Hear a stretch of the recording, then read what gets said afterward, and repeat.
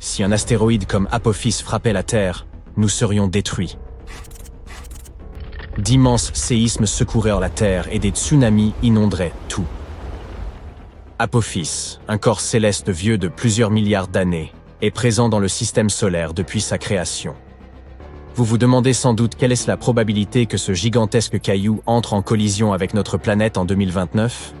Eh bien, nous allons voir ça, d'accord ?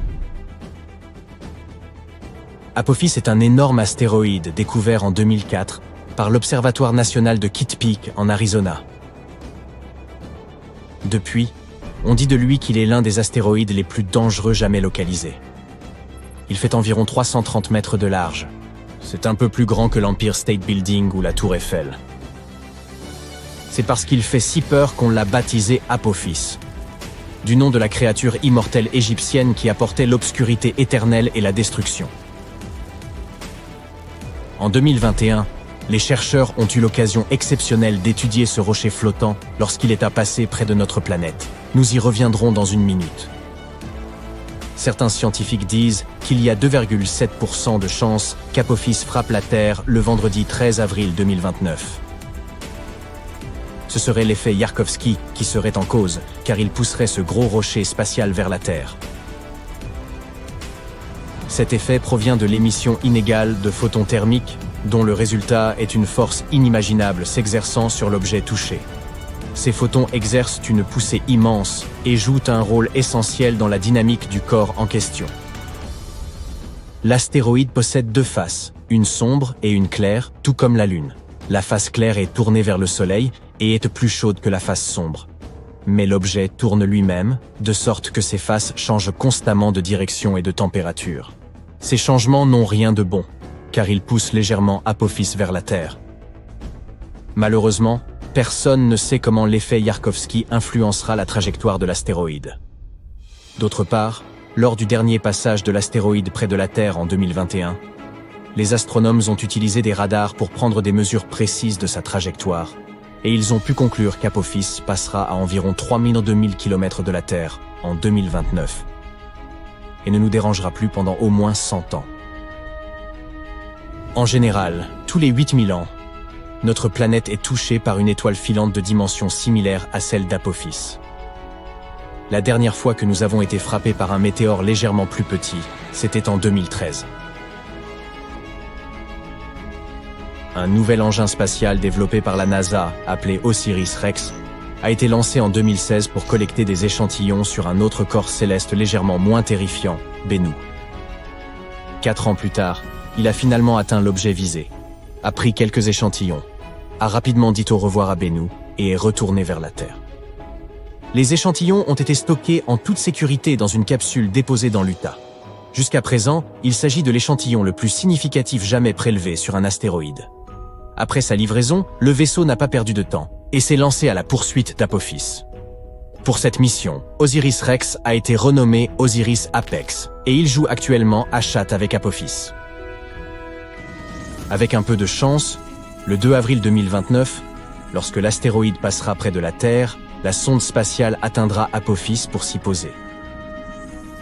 Elle restera dessus pendant 18 mois, collectant des informations précieuses et prenant des milliers de photos. L'astéroïde sera surveillé à l'aide de puissants télescopes. À un certain moment, Apophis sera trop près du Soleil, et c'est alors OSIRIS-APEX qui s'occupera de le surveiller. Si vous vivez en Europe, en Asie de l'Ouest ou en Afrique, vous faites partie des chanceux qui auront l'opportunité unique dans une vie de voir Apophis à l'œil nu. Il sera visible dans le ciel de ces régions en 2029, et ceux qui ont des télescopes pourront à nouveau l'apercevoir en 2036. OSIRIS-APEX va certainement rencontrer quelques problèmes, car l'astéroïde a une croûte épaisse, et l'engin spatial ne sera pas en mesure de collecter des données aussi facilement que sur Bennu. OSIRIS-APEX possède un propulseur unique qui soufflera toute la poussière d'Apophis lors de son atterrissage. Ce sera une occasion parfaite pour analyser la surface de l'astéroïde et pour voir de quoi il est fait. La sonde passera 1 an et demi à cartographier l'astéroïde en essayant de détecter des changements dans sa forme. Toutes ces recherches montreront comment le corps céleste se déplace et nous aurons une meilleure idée de comment protéger notre planète de tels objets. En 2025, la NASA va également lancer la mission Apophis Pathfinder, et ce sera le premier vaisseau spatial à jamais toucher cet astéroïde. Il atterrira environ 1 an après son lancement. De plus, la NASA a proposé d'envoyer un essaim de petits engins pour permettre à l'humanité de développer des tactiques de protection efficaces contre les impacts d'astéroïdes. Nous savons qu'Apophis provient de la ceinture d'astéroïdes principale située entre Mars et Jupiter. Au cours du dernier million d'années, ce corps céleste a changé de trajectoire en raison de l'influence considérable de la gravité de Jupiter. Maintenant, il semble favoriser davantage le Soleil, ce qui veut dire que cet astéroïde est très proche de la Terre. C'est pourquoi il est classé parmi les corps célestes voisins de notre planète. De nombreux tests ont été effectués pour trouver un moyen de s'occuper de ces astéroïdes. Parmi les solutions, il y a le forage et la détonation du corps spatial de l'intérieur, mais on teste aussi de nouvelles technologies, comme attacher des fusées afin de rediriger l'objet nuisible loin de la Terre. Nous pourrions également le frapper avec une force suffisamment puissante pour qu'il change de direction. Apophis est un astéroïde de type S composé de roches et de métaux, fer, nickel, etc., et qui ressemble à une cacahuète. Il peut nous en apprendre beaucoup sur le passé et aussi sur l'avenir. Les échantillons recueillis peuvent nous révéler comment la vie sur Terre a commencé et comment les plantes sont apparues. De nombreuses théories nous suggèrent que l'eau est arrivée sur notre planète grâce à un astéroïde ou une comète. Les astéroïdes sont comme de précieuses capsules temporelles. Contrairement aux roches terriennes, qui ont subi d'innombrables changements, comme l'érosion, la plupart des corps célestes sont intacts et beaucoup plus faciles à étudier. Quand des météores tombent sur Terre, ils sont recouverts de débris impossibles à nettoyer. Voilà pourquoi il est si important d'étudier Apophis dès maintenant. De plus, certains astéroïdes sont faits de métaux précieux, comme le platine. En ce moment, nous avons une forte demande en métaux destinés à l'industrie, et l'exploitation minière sur Terre est assez difficile. Un seul grand météore pourrait nous fournir en fer, en nickel, en or et en platine pour des millions d'années. Si Apophis contient tous ces métaux, il nous faudra le décomposer et le ramener sur Terre. Un seul astéroïde pourrait valoir des milliards de dollars. L'exploitation minière spatiale serait alors extrêmement rentable. Pourtant, cela nous coûterait plus cher de le ramener sur Terre que d'extraire ces matériaux ici. Avec le progrès technologique et le développement de nouveaux types de fusées, ce sera peut-être un jour possible. Donc, même si nous n'avons rien à craindre d'Apophis pendant encore une centaine d'années, il nous faut quand même savoir ce qui se passerait si un tel impact se produisait. Allez, avouez-le, vous voulez savoir. Eh bien, laissez-moi vous dire que vous entendriez un énorme bruit et que vous sauriez qu'une catastrophe est arrivée même à des kilomètres de distance. Il vous faudrait partir de chez vous immédiatement. Peu après l'impact, de violents séismes se produiraient et les immeubles tomberaient comme d'eux-mêmes. Se tenir à l'écart des villes serait probablement la meilleure chose à faire. Mais il ne faudrait pas fuir en voiture. Il y aurait d'énormes embouteillages et tout le monde paniquerait. Vous déplacer à pied ou à vélo serait votre meilleure option dans ce scénario. Un moyen de transport privilégié serait l'avion. Du coup, si vous avez toujours rêvé d'obtenir votre brevet de pilote, vous avez maintenant une bonne excuse. Il vous faudrait aussi prendre de quoi manger et de quoi boire, et une paire de chaussettes en plus. Vivre près de l'océan ou de la mer est agréable. Mais dans ce scénario, il n'y aurait pas pire endroit. D'énormes vagues frapperaient en effet les côtes après l'impact. Loin de la zone d'impact, les tsunamis pourraient en prendre jusqu'à 30 heures pour arriver. Ça vous laisserait un peu de temps pour vous préparer. En 2017, un objet étrange a été repéré dans notre système solaire. Il avait une forme oblongue, un peu semblable à une crêpe. Aucun des astéroïdes ou comètes que nous ayons jamais observés ne ressemble à ça. Sa surface était également singulière. Elle était au moins 10 fois plus réfléchissante que la moyenne des objets dérivant dans l'espace. Certains ont affirmé qu'il avait une enveloppe comparable à du métal poli. Quand il est passé près du Soleil et s'est éloigné de notre orbite, il a accéléré au-delà de ce que notre gravité suffirait à expliquer. À première vue, on aurait dit que cette chose avait une fusée attachée dans le dos. Ce visiteur inhabituel a même reçu son propre nom, Oumuamua. Il nous vient de la langue hawaïenne et se traduit par éclaireur ou visiteur d'une terre lointaine. Et en raison de ses caractéristiques, les scientifiques n'ont pas tardé à se demander si c'était enfin la visite d'un peuple extraterrestre. Avant de se lancer à corps perdu dans des hypothèses de science-fiction, les astronomes ont d'abord rassemblé les informations dont ils étaient sûrs, à commencer par le fait qu'Oumuamua devait provenir d'un autre système solaire. Un événement imprévu dans son système d'origine a probablement conduit à son éjection. Ce qu'on ne savait pas, c'est s'il s'agissait d'une comète ou d'un astéroïde. Ce sont tous deux des objets célestes orbitant autour d'un soleil. Mais ils ont des compositions et des comportements radicalement distincts. Les comètes sont principalement composées de glace, de poussière et de roches, et sont parfois appelées des boules de neige sales. Lorsqu'une comète s'approche du soleil, la chaleur provoque la vaporisation de la glace, libérant du gaz et des particules de poussière dans l'espace. Cela crée une queue lumineuse et scintillante qui peut s'étendre sur des millions de kilomètres. Les comètes présentent généralement une orbite elliptique, les emmenant souvent des confins les plus éloignés du système solaire, au plus près du Soleil. Les astéroïdes, pour leur part, sont principalement composés de roches et de métaux. Dans notre voisinage immédiat, ils sont les vestiges de la formation du système solaire et se retrouvent généralement dans la ceinture d'astéroïdes qui s'étend entre Mars et Jupiter. Contrairement aux comètes, les astéroïdes n'abordent pas de queue lorsqu'ils s'approchent du Soleil, car ils n'ont pas de glace. Leurs orbites suivent généralement une trajectoire plus circulaire par rapport aux comètes. Selon toute vraisemblance, Oumuamua devrait être une comète, car il semble provenir d'un endroit différent de l'univers. Pourtant, il ne présente pas les signes typiques d'une activité cométaire. Attendez une minute. Le cométaire se passe-t-il de commentaires? À vous de voir. Oumuamua ne possède pas de queue et ne recrache pas de gaz lors de son passage, contrairement à moi. Quoiqu'il se comporte plutôt comme une comète, il ressemble davantage à un astéroïde. Une autre grande question est comment les scientifiques ont bien pu parvenir à repérer Oumuamua en premier lieu. Compte tenu de l'immensité de l'espace-temps, c'est tout à fait remarquable.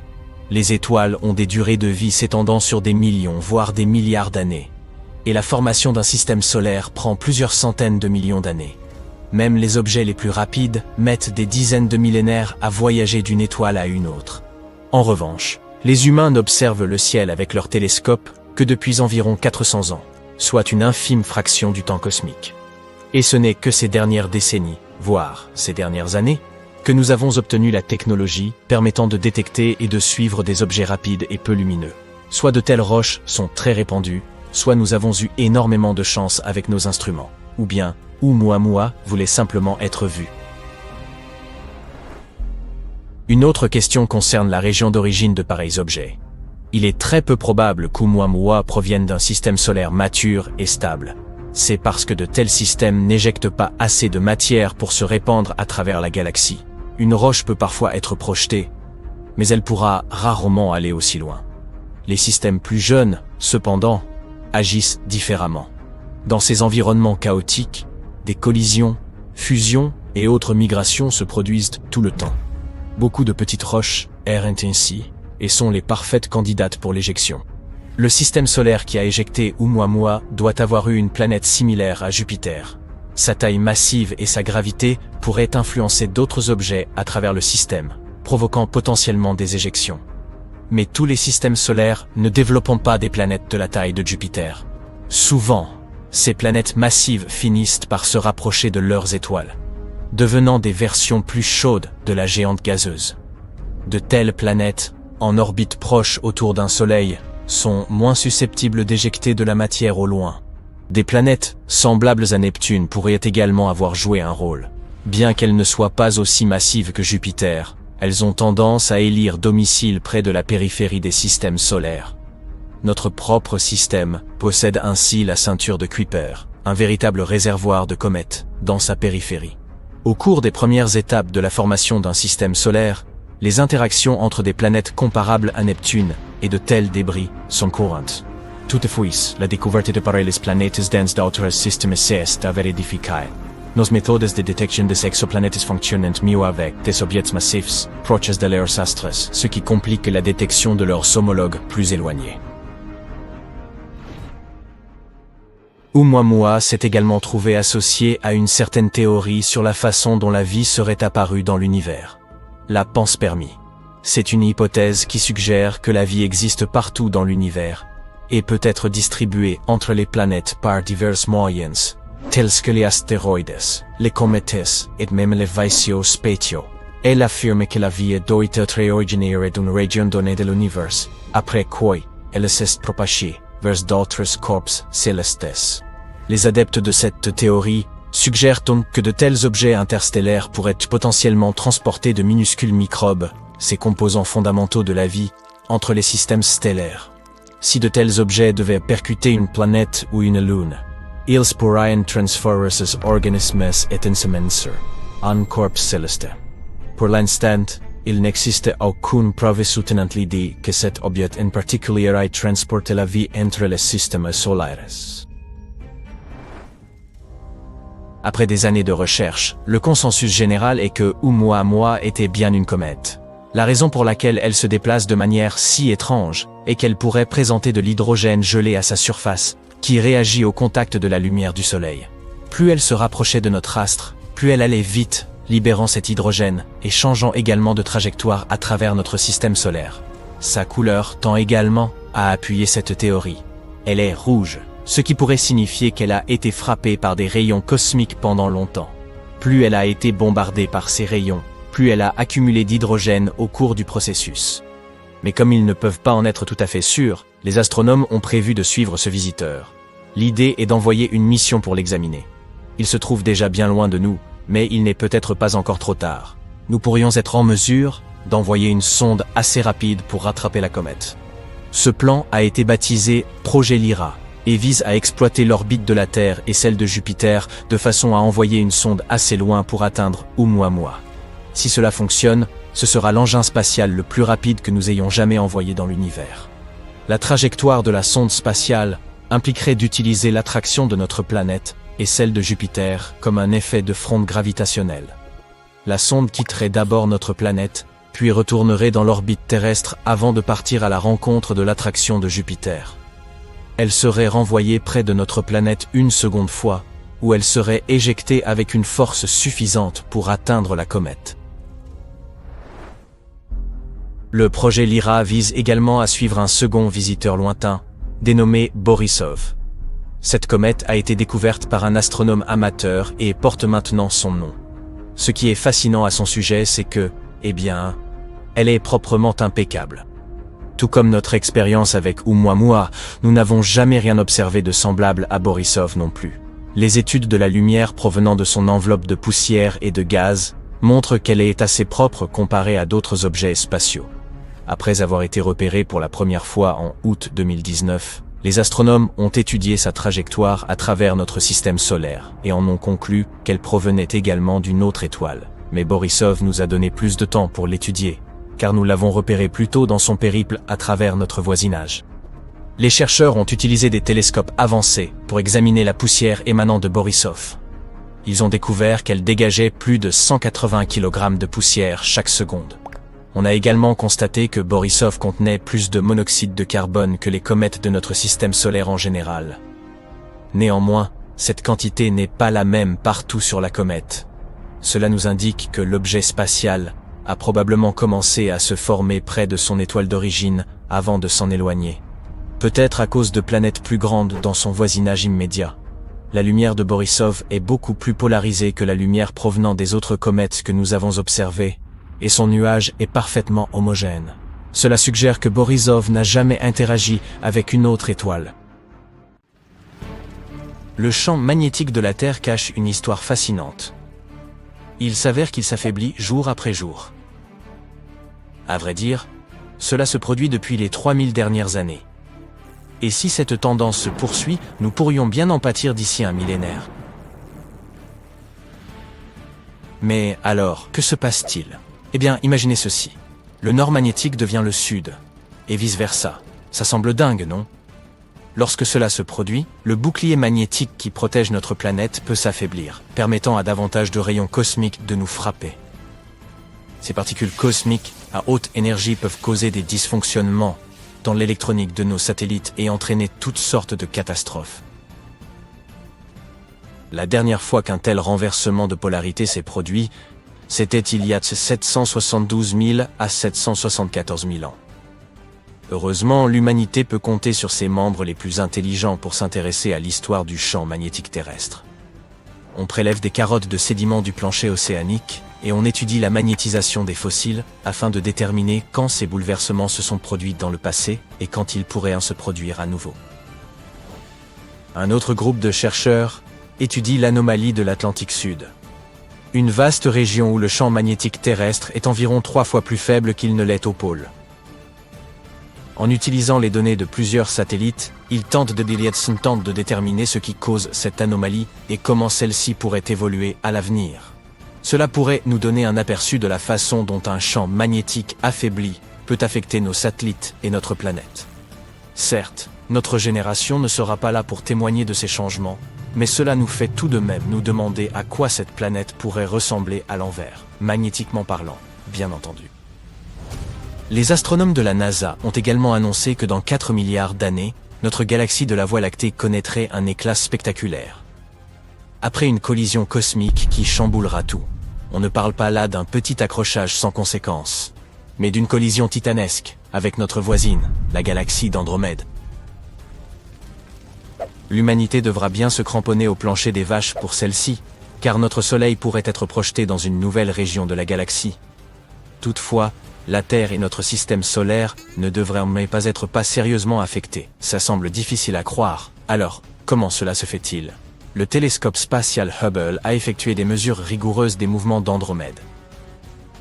Bien que les galaxies soient destinées à se percuter, les étoiles à l'intérieur de chacune sont si éloignées les unes des autres qu'elles ne devraient pas entrer en collision avec d'autres étoiles au cours de l'événement. Néanmoins, les étoiles seront projetées dans différentes orbites autour de los nouveaux centres galactiques. Selon les simulations, notre système solaire sera probablement éjectable plus loin du noyau galactique qu'il ne l'est aujourd'hui. Maintenant, vous pouvez ranger vos télescopes. Nul besoin de compter les années. Cet événement est prévu d'ici environ 4 milliards d'années, donc les chances pour nous d'y assister sont inexistantes. Saturne perd ses anneaux. Heureusement, nous ne serons pas là pour assister à ce triste événement non plus. Apparemment, ces anneaux, sous l'influence du champ magnétique de Saturne, sont attirés vers elle sous la forme de pluie de particules de glace. Selon les recherches de la NASA, cette pluie d'anneaux draine une quantité d'eau qui pourrait remplir une piscine olympique toutes les demi-heures. L'ensemble du système des anneaux de Saturne aura probablement disparu d'ici 300 millions d'années. Les scientifiques pensent que nous sommes plutôt chanceux de pouvoir observer les anneaux de Saturne à l'heure actuelle, car ils semblent être au milieu de leur durée de vie. Mais si vous considérez que les anneaux qui orbitent autour des planètes sont tous temporaires, il y a donc une chance que nous ayons simplement manqué les majestueux anneaux de Jupiter, ou ceux d'Uranus et de Neptune. Ces planètes n'ont aujourd'hui que de minces annelés autour d'elles. Les scientifiques débattent depuis longtemps pour savoir si Saturne a été formé avec ces anneaux ou si la planète les a acquis plus tard dans son existence. De nouvelles recherches tendent à favoriser le second scénario, indiquant qu'ils sont peu susceptibles d'avoir plus de 100 millions d'années, alors que Saturne elle-même en a environ 4,5 milliards. Qu'est-ce qui a bien pu causer l'apparition de ces anneaux en premier lieu? Eh bien, il existe quelques théories. L'une d'entre elles suggère que les anneaux auraient pu se former lorsque de petits satellites glacés en orbite autour de Saturne sont entrés en collision. Peut-être parce que leurs orbites avaient été perturbées par l'attraction gravitationnelle d'un astéroïde ou d'une comète de passage. Qui sait à quoi les humains pourraient ressembler à l'avenir? Il est peu probable que nous observions des changements majeurs de notre vivant. Mais faisons un petit bond dans le futur et réfléchissons à ce que nous pourrions devenir. Deviendrons-nous des cyborgs avec toutes sortes d'implantes cybernétiques. Nous métamorphoserons-nous en une espèce hybride d'êtres biologiques et artificiels. Pour comprendre notre évolution future, nous devons jeter un coup d'œil à notre passé. Il y a 1 million d'années, l'Homo sapiens n'existait même pas. Il y avait bien quelques espèces similaires, comme l'homme de Néandertal. Si l'on se projette jusqu'à aujourd'hui, les humains sont devenus plus grands et plus robustes. Mais peut-être qu'à l'avenir, nous deviendrons plus petits pour économiser l'énergie, car on prévoit que notre planète sera de plus en plus peuplée. En parlant de planètes surpeuplées, Vivre dans ces nouvelles conditions signifie que nous devrons nous adapter, et rapidement. Nous interagissons constamment avec énormément de monde, et se souvenir des noms de chacun devient une compétence cruciale. Heureusement, la technologie pourrait nous aider avec des implants cérébraux qui amélioreront notre mémoire. À l'avenir, nous pourrions également arborer des technologies plus voyantes, qui feront partie intégrante de notre apparence. Imaginez avoir un œil bionique avec une caméra capable de visualiser différentes longueurs d'onde. Bien que prédire 1 million d'années dans le futur ne soit que pure spéculation, nous pouvons utiliser la bioinformatique pour effectuer quelques prévisions sur notre avenir proche. Les tendances démographiques suggèrent que les zones urbaines connaîtront une plus grande diversité génétique, tandis que les zones rurales deviendront de moins en moins diversifiées. Et qu'en est-il de l'espace? Si nous finissons par coloniser Mars, nos corps pourraient être altérés par la faible gravité. Peut-être développerons-nous des bras et des jambes plus longs, ou même des poils isolants, comme nos cousins néandertaliens. Dans le futur, notre Lune va aussi subir quelques changements dramatiques. Nous n'y assisterons pas non plus de notre vivant. D'ici environ 5 milliards d'années, ce coin de l'univers va connaître des changements majeurs. Pour l'instant, notre Soleil est tranquillement dans sa phase de séquence principale. Il brûle simplement de l'hydrogène comme si de rien n'était. À l'avenir, pendant sa phase de géante rouge, le Soleil va gonfler comme une baudruche, jusqu'à ce que son atmosphère atteigne et engloutisse notre chère Terre et sa Lune. Notre satellite naturel, qui s'éloigne déjà de la Terre, sera profondément perturbé par l'influence du Soleil. Son orbite sera si chamboulée qu'il finira plus proche de la Terre pendant la phase de nouvelle Lune que pendant la pleine Lune. Et ce n'est pas le pire. Si on la laisse seule, la Lune continuera à s'éloigner de la Terre jusqu'à ce qu'elle ait besoin de près de 50 jours pour nous orbiter. À mesure que le Soleil poursuivra son propre voyage, son atmosphère impactera la Lune et provoquera la dégradation de son orbite. En bout de compte, la Lune sera pulvérisée en un magnifique anneau de débris gravitant autour de la Terre. Nous parlons ici de toutes ces montagnes, de ces cratères et même des empreintes de pas et autres drapeaux que nous y avons laissés, tous dispersés à travers le champ de débris. Il y a une chance que le Soleil perde assez de masse pour épargner la Terre et la Lune d'une annihilation totale. Ou bien, si nous sommes vraiment chanceux, le Soleil perdra 20% de sa masse et nous serons sains et saufs. Tout cela n'est pour l'instant que théorie, car nous n'avons jamais observé d'étoiles géantes rouges pendant cette phase. L'univers lui-même pourrait un jour devenir complètement sombre. Les scientifiques ne peuvent pas le prédire avec une absolue certitude, mais ils peuvent émettre quelques suppositions.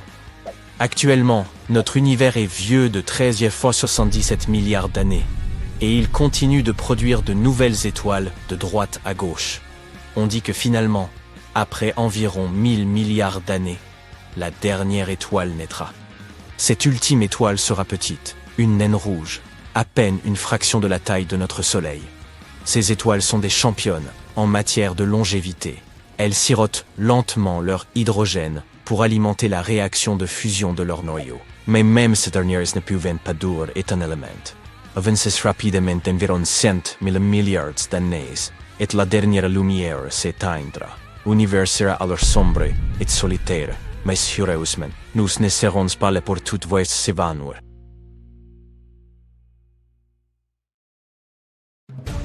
Le télescope spatial James Webb ou JWST est un peu le paparazzo intergalactique ultime. Il saisit des clichés de certaines des vedettes les plus célèbres de l'univers. Étoiles, galaxies, exoplanètes. Quoi que l'on désire, le télescope spatial James Webb le prend en photo. Alors, si tu es un fan des célébrités cosmiques, jetons un coup d'œil à quelques-unes des plus belles photos d'étoiles. La nébuleuse de la Carène. L'image de la nébuleuse portant le nom charmant de Carina a été publiée le 12 juillet. Le télescope a capturé une magnifique vue de cette nébuleuse, située à environ 7500 années-lumière de la Terre. Surnommée les falaises cosmiques, il s'agit en fait d'un foyer de jeunes étoiles, dont certaines sont plusieurs fois plus grandes que notre Soleil. La nébuleuse de la Carène est un véritable spectacle céleste situé dans la constellation australe de la Carène. Elle est proprement énorme, avec environ 260 années-lumière de diamètre.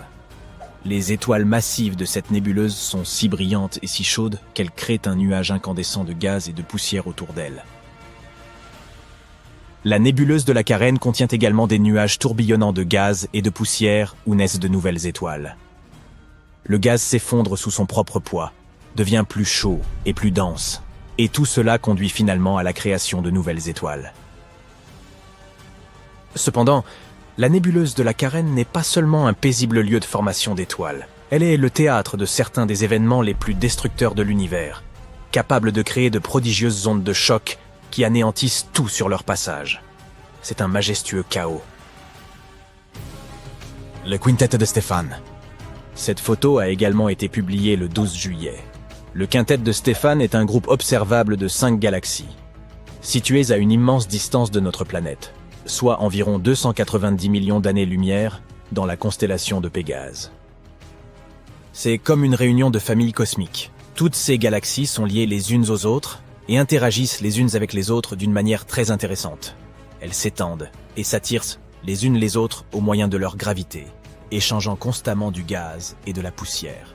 Cette interaction entraîne la collision et la fusion de certaines galaxies, ce qui peut engendrer toutes sortes d'effets intéressants, comme des sursauts de formation stellaire et des supernovae. Grâce à James Webb, nous avons pu observer des ondes de choc, des queues de marée et d'autres détails étonnants de ces galaxies. Leurs interactions créent un spectacle époustouflant que l'on peut voir clairement sur cette photo. Jupiter. Et voici notre bonne vieille copine géante.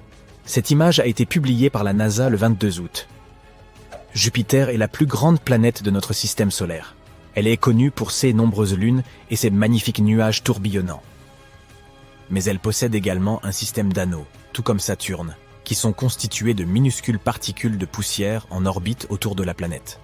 Ces anneaux sont beaucoup plus petits et moins visibles que ceux de Saturne, mais ils sont tout de même très intéressants. Jupiter possède également des aurores, qui sont des spectacles lumineux colorés se produisant dans l'atmosphère de la planète. Elles sont causées par les particules chargées du vent solaire qui interagissent avec le champ magnétique de Jupiter. Comme sur Terre, elles sont visibles près des pôles de la planète. Mais ces aurores sont beaucoup plus lumineuses et intenses que les nôtres. On peut même observer ce spectacle lumineux depuis l'espace. Et aujourd'hui, nous sommes enfin en mesure de capturer ce spectacle éblouissant.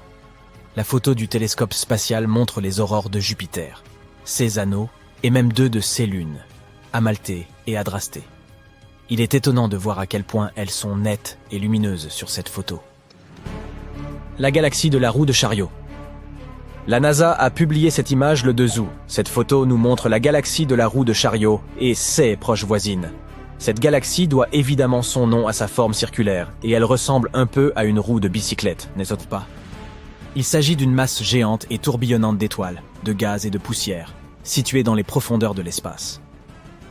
Elle a la forme d'une roue à fuseau, avec de longs bras en spirale.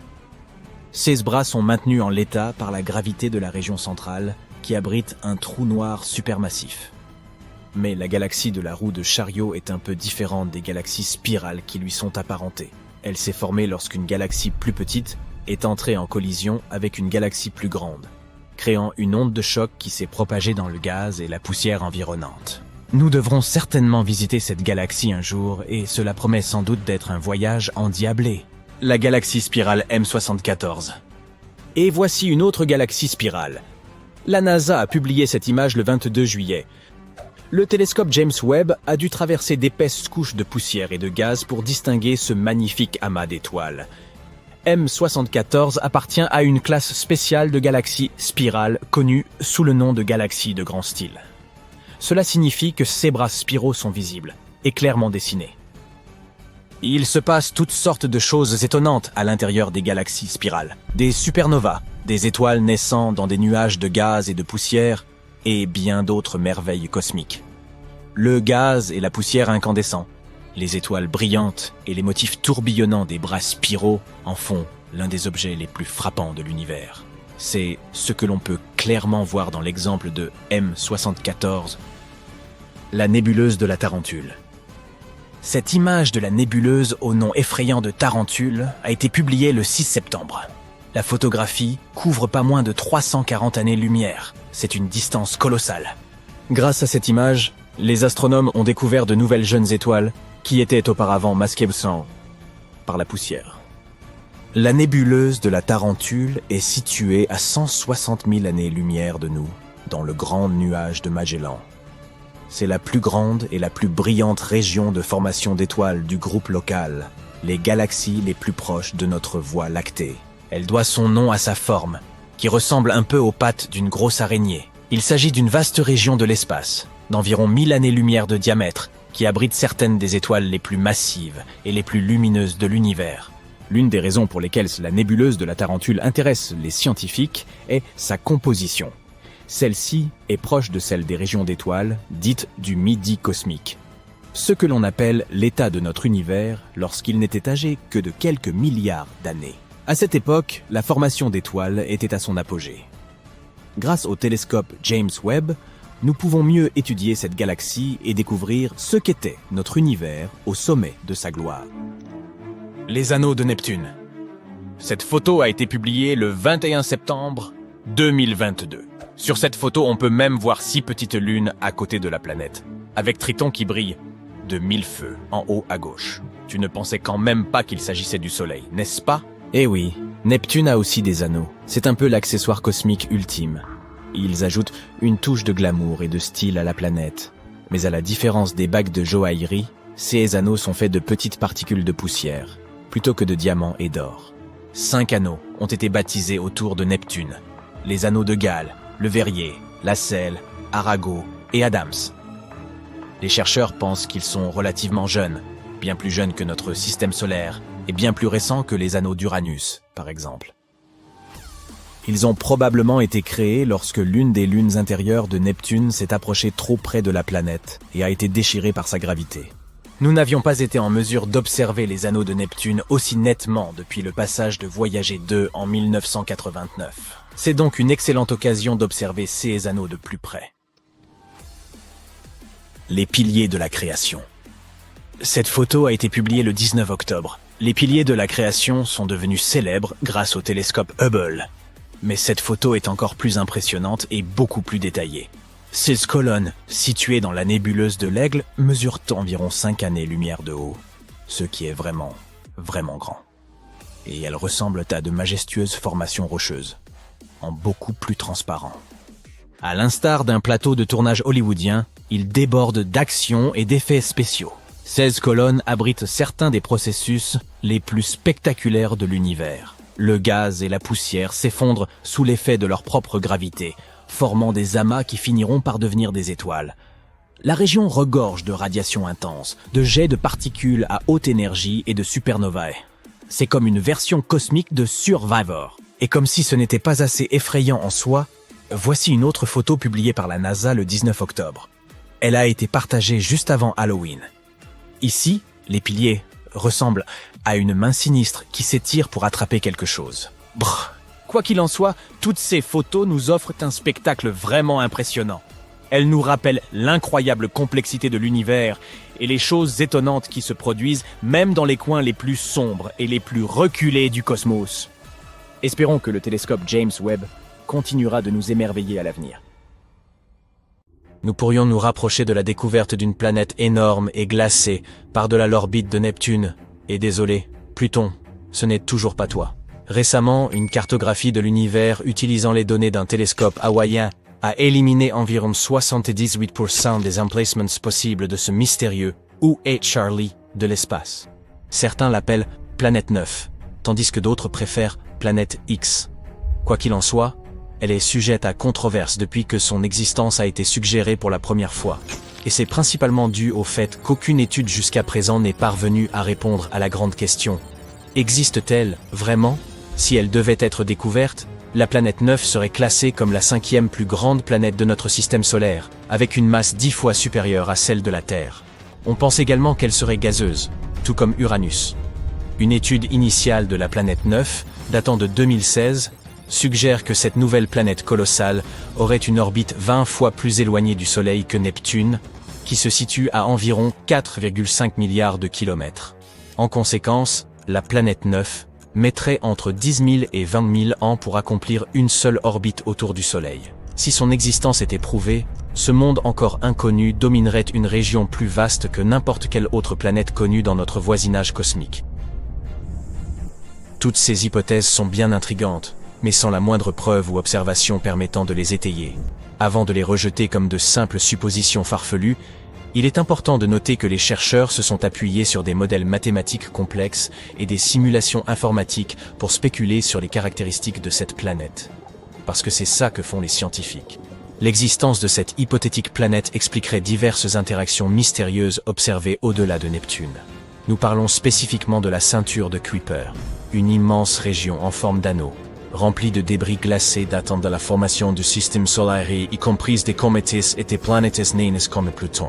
Ce qui se passe, c'est que les 6 objets les plus éloignés dans la ceinture de Kuiper présentent des orbites elliptiques, qui sont toutes orientées vers une direction similaire de l'espace physique et inclinées d'environ 30 degrés vers le bas par rapport au plan orbital de nos 8 planètes connues.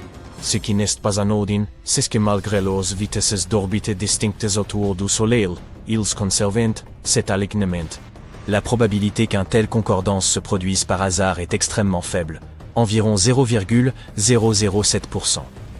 Ainsi vient la théorie de la planète 9, un corps céleste massif hypothétique qui offre une explication plausible à cet étrange phénomène, en exerçant potentiellement une attraction gravitationnelle qui façonne ses orbites. La théorie initiale n'a pas fait long feu face à des accusations de biais d'observation et d'erreurs de calcul. Puis, en 2017, une autre étude a émergé, ravivant l'idée que peut-être, après tout, la planète 9 se trouverait bien là quelque part. Cette fois, des astronomes espagnols ont tenté une approche innovante, en se concentrant sur l'observation d'objets transneptuniens extrêmes. Ces corps célestes orbitent autour du Soleil dans des trajectoires elliptiques très étirées, avec des distances moyennes excédant les 22 milliards de kilomètres. Leurs recherches suggèrent que la distance entre les nœuds orbitaux de ces objets et le Soleil pourrait nous fournir des indices sur l'emplacement de la planète 9. Voyez-vous, ces nœuds sont les points où l'orbite d'un corps céleste entrecroise le plan du système solaire. Lorsque ces objets atteignent un tel point, ils sont plus susceptibles d'interagir avec d'autres corps célestes du système, qui peuvent provoquer des changements significatifs dans leurs orbites, voire même des collisions. Alors, si la trajectoire de ces objets transneptuniens extrêmes reste stable, tout va bien. Mais si ce n'est pas le cas, eh bien, c'est un signe qu'autre chose, quelque chose de gros, perturbe leur orbite. Et c'est exactement ce que cette étude a découvert. Il y a quelque chose d'invisible là-bas, qui dévie ces objets de leur route, et ce quelque chose pourrait être une planète 3 à 400 fois plus éloignée du Soleil que ne laisse la Terre. À ce jour, l'étude des objets transneptuniens extrêmes est la preuve la plus tangible que nous ayons de l'existence de la planète 9. Et si vous n'êtes toujours pas convaincu par cette théorie, sachez que des mouvements étranges comme ceux-ci ont déjà conduit à la découverte de planètes par le passé. Neptune, par exemple, a été repéré parce que le mouvement d'Uranus ne correspondait pas tout à fait aux prédictions de la gravité newtonienne. Mais cette déviation de son orbite pouvait s'expliquer si elle était causée par l'attraction d'une planète encore inconnue. Et c'est ainsi que nous avons découvert Neptune. Avançons jusqu'en 2021, et le débat persiste autour de la mystérieuse planète 9. Après avoir révisé quelques vieilles suppositions, les études penchent désormais pour l'idée que cette planète accomplirait une révolution autour du Soleil tous les 7000 ans. C'est une nouvelle de taille, car cela signifie que cette planète pourrait être plus proche que nous ne le pensions, ce qui faciliterait sa détection par nos télescopes. L'étude suggère également qu'il y aurait 99% de chances pour que les orbites décalées de ces objets lointains soient toutes dues à cette planète invisible, et non pas à une simple coïncidence cosmique. À présent, les chances que cette anomalie tout entière ne relève que du hasard se trouvent nous réduites à 1 sur 250, ce qui est nettement mieux qu'une chance sur 10 000, comme en 2016. Tous ces chiffres optimistes nous ont amenés là où nous sommes aujourd'hui, à garder espoir et à développer un meilleur matériel afin de poursuivre la traque de la planète 9. Comme mentionné plus tôt, des chercheurs à Hawaï ont créé une sorte de carte au trésor, en ayant recours au télescope de relevé panoramique et à son système de réponse rapide, pour éliminer 78% de ces emplacements possibles. C'est une très bonne nouvelle, compte tenu de la difficulté qu'il y a à trouver une aiguille planétaire dans une botte de foin cosmique. Mais malheureusement, la planète 9 demeure insaisissable dans les confins obscurs de notre système solaire. Les passionnés sont toujours convaincus de son existence et pensent que ce n'est plus qu'une question de temps avant que nous ne célébrions la découverte d'une nouvelle voisine. ils fondent leurs espoirs sur l'observatoire Vera C. Rubin, qui est actuellement en construction au Chili, et qui devrait être pleinement fonctionnel d'ici la fin de l'année 2025. Au cours des 10 prochaines années, cet observatoire balayera l'intégralité du ciel de l'hémisphère sud toutes les quelques nuits avec un télescope de 8 mètres, équipé de la plus grande caméra numérique au monde. L'idée est de cataloguer tout le système solaire jusqu'au-delà de Neptune et de suivre les mouvements de millions d'objets célestes, y compris les débris spatiaux, les astéroïdes, les comètes et les autres étoiles. Si la planète 9 se trouve effectivement là-bas, ce télescope de nouvelle génération pourrait être celui qui y parviendra. L'existence de cette mystérieuse planète est loin d'être acceptée par toute la communauté scientifique. C'est simplement parce que la planète 9 n'est pas la seule explication aux phénomènes étranges qui se produisent par-delà Neptune. Une théorie suggère qu'un groupe d'objets distants, tels que des planètes naines, des comètes ou des lunes, pourrait influer collectivement sur les orbites des objets transneptuniens extrêmes. D'autres croient qu'un trou noir serait à l'origine de tout cela. Ces masses ultra compressées sont parmi les objets les plus denses de l'univers, potentiellement capables d'affecter les orbites d'autres objets, comme on le suppose pour cette fantomatique planète 9. Une autre théorie audacieuse suggère que notre compréhension actuelle des lois de la gravité serait erronée, ou plutôt incomplète. Cette dernière, connue sous le nom de dynamique newtonienne modifiée, propose que ces distants objets glacés exhiberaient ce comportement étrange, non pas en raison de l'ingérence d'une autre planète, mais plutôt parce que l'immense champ gravitationnel de la Voie lactée influe sur eux. Toutefois, même les partisans de cette théorie reconnaissent qu'il est trop tôt pour en tirer des conclusions définitives, et des recherches beaucoup plus approfondies sont encore nécessaires. Alors que nous poursuivons sans relâche notre traque de la planète 9, certains astronomes y sont allés encore plus loin, en suggérant l'existence d'une hypothétique planète d'X. Celle-ci aurait une masse et une taille similaires à celle de Mars ou de la Terre, et se trouverait aux confins de la ceinture de Kuiper. Mais voici le truc. Si cette supposée planète d'X est effectivement aussi réduite que les scientifiques le pensent, elle pourrait ne pas avoir une gravité suffisante pour dégager son orbite des débris environnants. Et c'est assez semblable à ce qui se passe avec Pluton. C'est l'une des raisons pour lesquelles elle a été rétrogradée en 2006. Alors, en effet, mieux vaut ne pas trop s'emballer. Cette prétendue planète d'X pourrait finir par être classée comme une autre planète naine. Tu as sûrement déjà vu des films et lu des livres sur le voyage temporel. La plupart d'entre eux nous parlent d'une boîte futuriste dans laquelle on entre. Et en un clin d'œil, on se retrouve à une autre époque. Pour l'instant, il ne s'agit que de science-fiction, mais il existe des moyens de rendre le voyage dans le temps possible, du moins en théorie. C'est juste que la technologie n'est pas encore au point. Pour commencer, un voyage vers le futur pourrait être réalisé en voyageant à très grande vitesse. Mais pas seulement le genre de vitesse qui permette de récolter une contravention sur l'autoroute. La théorie de la relativité restreinte d'Einstein en est à l'origine. Elle explique que le temps ralentit pour les objets qui se déplacent à très grande vitesse. La bonne nouvelle, c'est que des scientifiques ont déjà éprouvé cette théorie et qu'elle semble prometteuse. Ils l'ont fait à l'aide de 2 horloges identiques. L'une a été placée dans un avion à réaction, tandis que l'autre est restée au sol. Ils ont constaté que l'horloge de l'avion tournait plus lentement que celle au sol en raison de la vitesse à laquelle il se déplaçait. Plus un objet se déplace rapidement, plus le temps ralentit pour lui. À l'heure actuelle, les vitesses les plus élevées atteintes par la technologie humaine sont observées dans un type spécial de particules, appelées les neutrinos. Certains d'entre eux peuvent se déplacer à une vitesse proche de celle de la lumière. À cette vitesse, une seconde pour eux équivaut à 11 mois pour nous.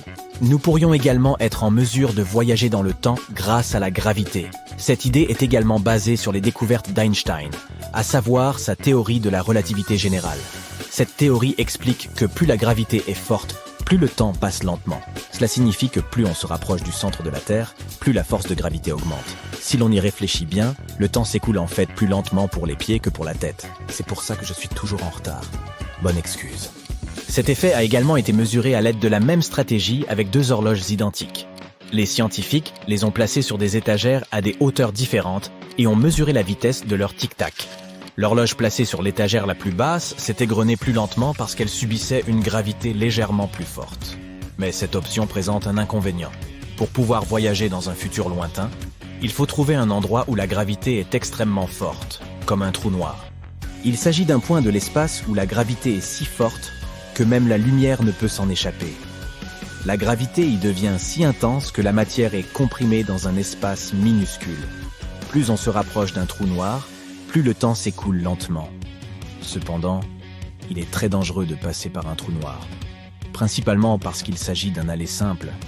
Une fois que tu en franchis les limites, tu ne peux plus revenir en arrière. Fait amusant, les systèmes GPS que nous utilisons sur nos téléphones et dans nos voitures doivent déjà tenir compte des effets de dilatation du temps pour fonctionner correctement.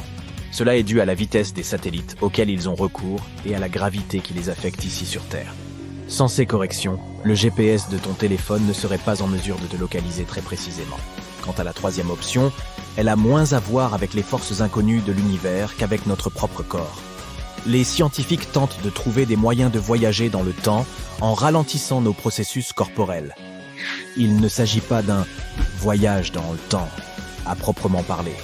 Techniquement, tu n'irais nulle part. Mais si ton corps reste immobile pendant une longue période, tu pourrais bien te réveiller dans le futur.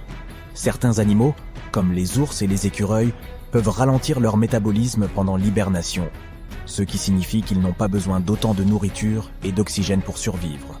Des spécialistes tentent de déterminer si l'homme peut accomplir la même chose. Ils travaillent sur les moyens de faire entrer les gens en hibernation de courte durée, pendant quelques heures pour commencer.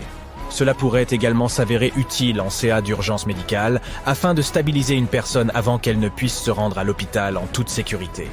En 2005, des scientifiques ont réussi à ralentir le métabolisme de souris en les exposant à une petite quantité d'un gaz spécial.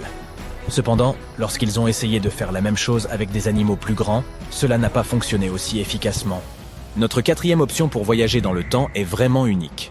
Elle fait appel à un type particulier de raccourci qui pourrait exister dans notre univers, et qu'on appelle les trous de verre. Avant de poursuivre, essayons de comprendre de quoi il s'agit. Imagine 2 balles et un trampoline. Si aucune pression n'est exercée sur le trampoline, il reste plat. Imagine maintenant les 2 balles placées sur le trampoline de manière symétrique. Si tu les regardes sous cet angle, il est impossible qu'elles se touchent. Mais si tu exerces une pression suffisante sur le trampoline entre les 2 balles, ce textile souple peut s'étirer à tel point que les 2 objets pourraient potentiellement se toucher. La même chose se produit avec les étoiles dans différents systèmes stellaires. Elles sont suffisamment grandes pour que l'espace s'incurve autour d'elles. C'est pourquoi la plupart des planètes ont tendance à orbiter autour d'une étoile. Le tunnel entre ces 2 points serait un trou de verre. Ceci pourrait être utilisé pour parcourir de longues distances, comme 1 milliard d'années-lumière, ou même visiter des époques différentes. De nombreux scientifiques, comme le regretté Stephen Hawking, pensent que ces vortex peuvent apparaître et disparaître, mais qu'ils sont extrêmement petits, plus petits encore que des atomes. Le problème est que nous ne savons pas comment en attraper un et le rendre plus grand de façon à ce que les gens puissent l'utiliser. Cela nécessiterait beaucoup d'énergie et nous ne savons même pas si c'est possible. Certains astronomes affirment que même si nous pouvions trouver un trou de verre et y pénétrer, il s'effondrerait rapidement sur lui-même. La moindre masse supplémentaire, comme celle de notre corps par exemple, pourrait faire craquer le trou de verre, comme un élastique qu'on aurait trop étiré. La 5e solution pour voyager dans le temps a été proposée par un physicien américain du nom de Ron Mallett. Elle fait appel à une ressource dont nous sommes certains qu'elle abonde dans l'univers, la lumière. Ce chercheur a proposé une théorie sur le voyage temporel qui utiliserait un cylindre de lumière en rotation. Il pense que si l'on dépose un objet à l'intérieur de ce cylindre tourbillonnant, il pourra être déplacé à la fois dans l'espace et dans le temps, de la même manière qu'une bulle se déplace lorsqu'on la fait tourner avec une cuillère dans son café. Selon Mallett, une forme adéquate du cylindre pourrait permettre de voyager à la fois dans le passé et dans le futur. Le physicien a tenté de collecter des fonds pour réaliser une expérience destinée à vérifier sa théorie. Cette expérience consiste à faire tomber de minuscules particules, les neutrons, à travers un arrangement circulaire de laser en rotation. Cependant, d'autres scientifiques affirment que la théorie de Mallett est irréalisable et qu'il n'est pas nécessaire de la tester outre mesure. Même si nous parvenions à trouver un moyen de voyager dans le passé ou dans le futur, cela se ferait-il sans danger ? Les experts évoquent depuis longtemps un problème appelé paradoxe du voyage temporel. La principale question est de savoir ce qui se passerait si l'on remontait le temps et que l'on faisait quelque chose qui changerait l'avenir. Toutefois, une nouvelle étude réalisée par des chercheurs de l'Université du Queensland indique que Ce problème n'est peut-être pas si concret. Les scientifiques ont procédé à quelques calculs et ont découvert que même si tu avais changé quelque chose dans le passé, notre ligne temporelle finirait toujours de la même manière. Une autre variante de ce problème est appelée le paradoxe du grand-père. Imagine que tu remontes le temps et que tu empêches ton propre grand-père d'avoir une descendance. À bien y réfléchir, cela signifie automatiquement que tu ne devrais même pas exister en premier lieu. Si tes grands-parents n'ont pas eu tes parents, comment peux-tu être venu au monde après tout ? Aujourd'hui, les scientifiques sont certains que même si tu vivais une telle...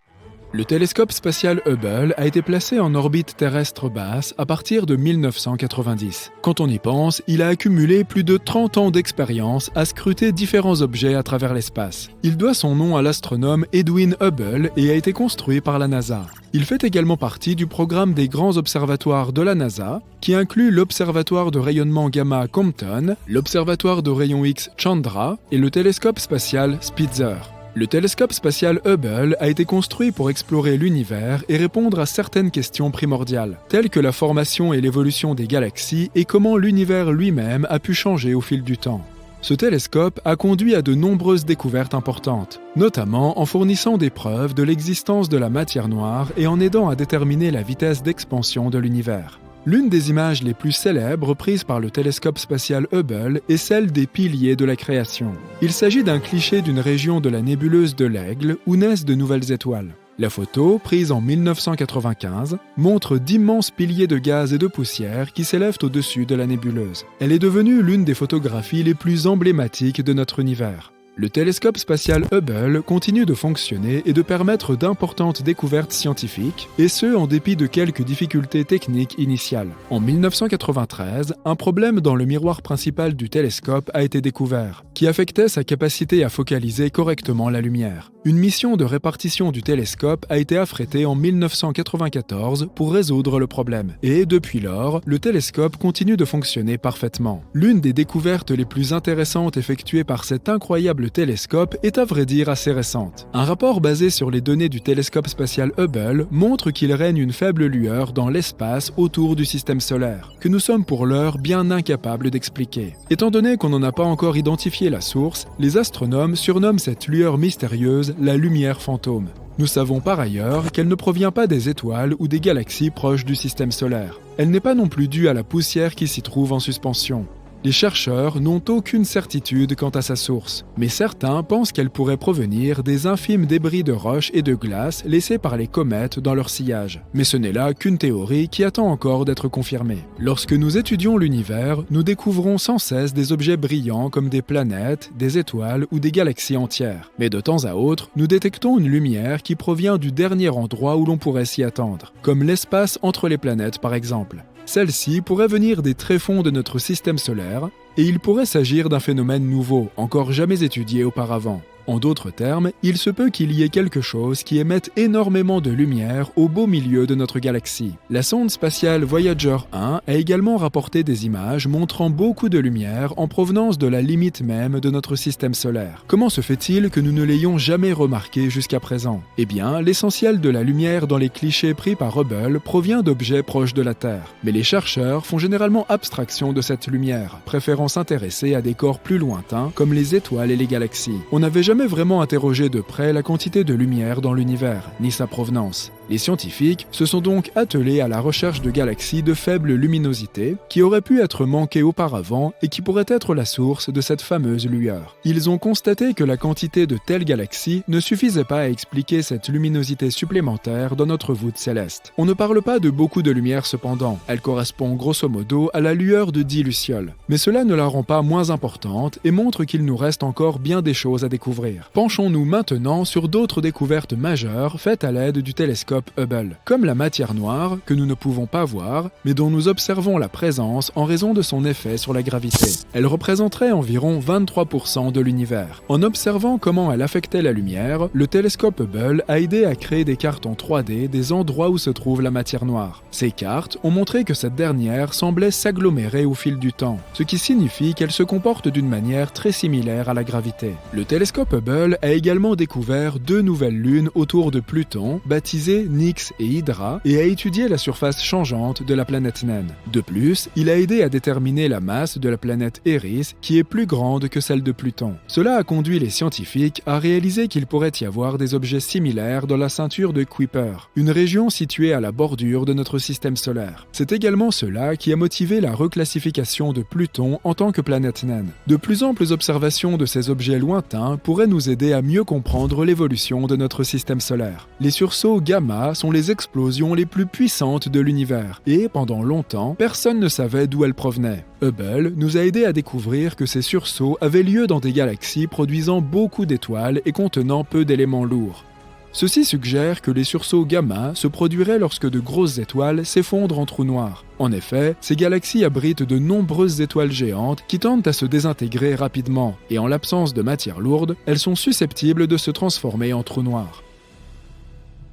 En 1994, la comète Shoemaker-Levy 9 est entrée en collision avec Jupiter. Hubble a capturé l'événement en détail, tel un reporter intrépide. L'impact a brisé la comète en de nombreux morceaux, ce qui a provoqué 21 autres collisions visibles.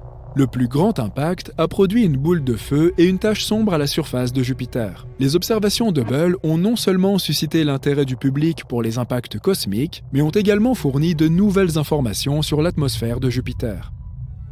Pour poursuivre notre liste des découvertes effectuées par le télescope Hubble, il nous faut également parler des trous noirs. Ce sont des points dans l'espace où la gravité est si importante que la lumière elle-même ne peut en réchapper.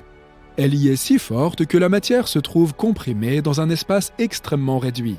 Nous savons que cela peut se produire lorsqu'une étoile, comme le Soleil, approche de la fin de sa vie.